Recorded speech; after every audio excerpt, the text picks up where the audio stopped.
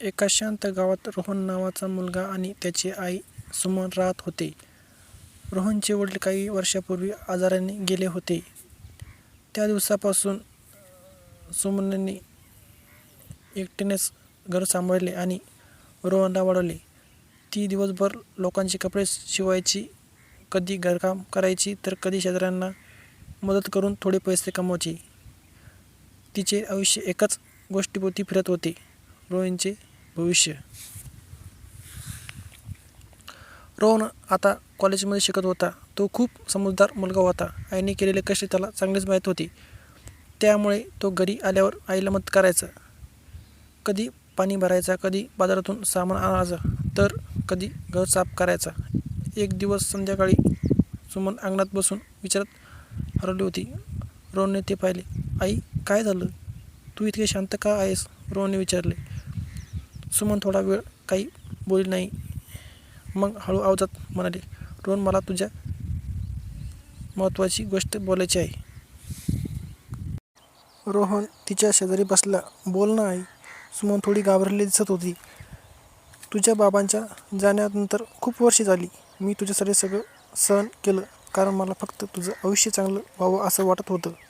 रोहन शांतपणे ऐकत होता. पण आयुष्य खूप मोठं असतं. रोहन सुमनपुढं म्हणाली, "आणि कधी कधी एकटेपणा खूप त्रास देतो." रोहनला आईच्या आवाजात वेदना जाणवल्या. सुमन पुढे म्हणाली, "माझा एक जुना मित्र आहे, संजय. आम्ही काही महिन्यापासून बोलतोय. तो खूप चांगला माणूस आहे. तो खूप मला आदर देतो आणि त्याने मला लग्नाचा प्रस्ताव दिला आहे." हे ऐकून रोहन थोडा थांबला. त्याला हे अपेक्षित नव्हते, पण त्याने आईच्या चेहऱ्याकडे पाहिलं.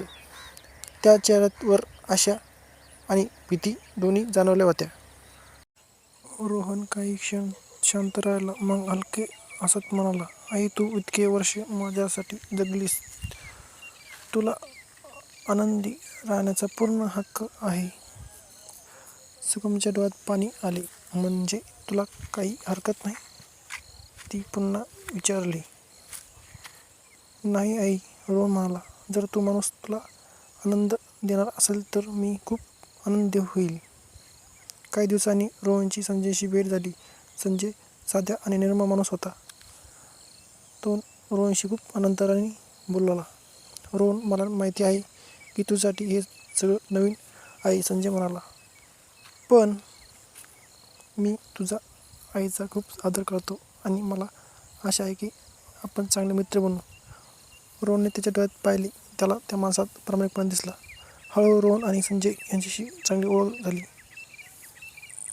ते कधी क्रिकेटबद्दल बोलायचे, कधी गावातील गोष्टी, तर कधी रोहनच्या अभ्यासाबद्दल. काही महिन्यापूर्वी सुमन आणि संजयने साध्या पद्धतीने लग्न केले.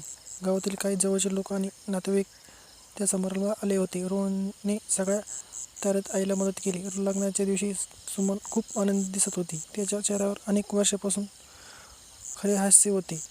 समारंभ संपल्यानंतर सुमनने रोहनचा हात धरला.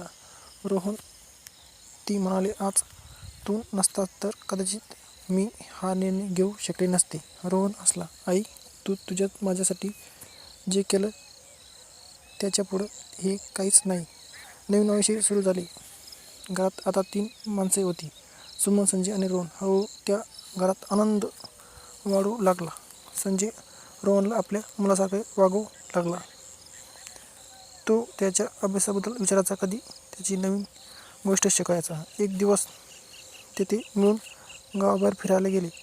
त्यावेळी रोहनला जाणवले की त्याची आई आता खूप हलकी आणि आनंदी दिसते. त्याच्या चेहऱ्यावरची काळजी कमी झाली.